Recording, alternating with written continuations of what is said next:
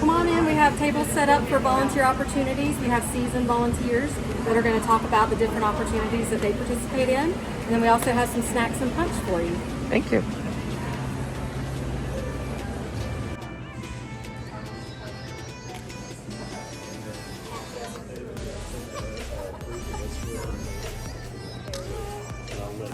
Yeah, it was great. I help the women with sorting clothes and other donations that come in. We change it from season to season. Making an outfit for a job interview, for anything. All the daily needs, they come in and get accessories, female products, everything they need. And we just keep it stocked. We keep it new and we keep it fresh and help them and we get to know them on a personal level. That's awesome. Here's some donation sorting and boutique opportunities. So, and actually it's a twofold thing. Somebody can come in and just sort. You just want to be a sorter and go through everything and pack it. And then when we come to walk in the boutique, we pull it out and set it. Awesome. Thank you. Hey everybody. What I love about activity night is you get to do lots of different things, and they're usually things that you're interested in. You also get to know the ladies a little bit better, know them by name and things that they are interested in. So one of the things that we do every month is bingo, and they look forward to bingo, and they mostly look forward to the prizes. So these are some of the prizes that we have. We've had some other fun things to do. We did tote bags that we colored with fabric markers to make our own designs on. We did a vision board. We get magazines and clip out things that matter to you and kind of get an idea what you want your future to be like. There's one activity that is once a year. They have Girls Just Want to Have Fun, which you guys should definitely come to. It includes the community, volunteers, and the ladies, so all of you are welcome. Doesn't matter how old you are. And we have a photo booth. You all ever been to a photo booth? Well, you get to put on hats or boas or any kind of fun festive thing. You get to picture taking with your friends. So that's one of our fun activities. All right, well I usually cover the kiosk, which is where you came in back here today. And of course we're a locked facility, so your biggest job is to let people in the door because there are other volunteers coming, the cook teams come in, people deliver food there, just a lot of activity. So you gotta watch the door all the time. Yeah. And I do reception, which is the front desk, the main front desk. You let people in and out the door. When the residents come in and out, you have to either collect their key tag or give them back their key tag. You answer phones, do just general errand running that the RAs and the caseworkers ask you to do. Administrative tasks. Administrative kinds of things, yeah. Awesome. Thank you, ladies. Tell us a little bit about what life skill classes and Bible studies are. Life skill classes are a program where the life skills, they have a manual when they come in, and it has different topics, adversity, time management, just a variety of maybe conflict management, just a variety of things. Classes, things to, improve your skill set and things like that. The Bible studies, they currently have 3 groups that meet on Tuesday night, Thursday night, and then Sunday mornings. And it's like a small group Bible study. And there's various topics that they take the Bible and, do different books. And Who leads the Bible study? Julie Singleton, I know, and I've seen what she kind of does, is one of the, and she's been doing it for, I want to say, quite a few years. Oh, okay.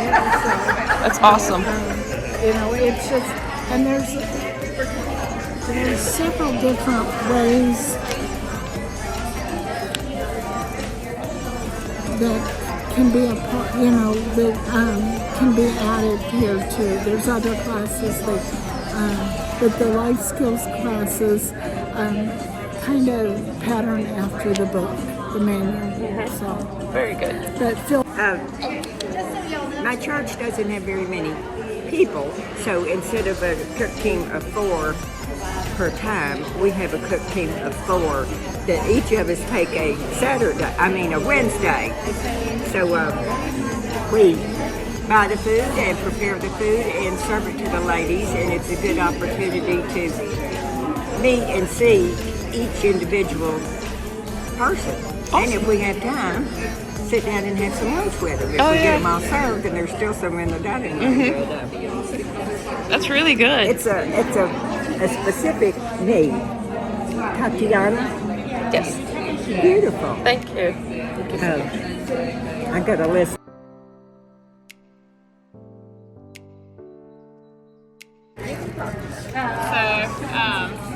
For child enrichment, we have 4 different potentials. So the first one is the child enrichment teaching volunteer, and they have assessments. So our goal is that we're encouraging and uplifting the young people that are living here during their time here. And so they're using the assessments to kind of see the needs and how they can use the volunteers more effectively.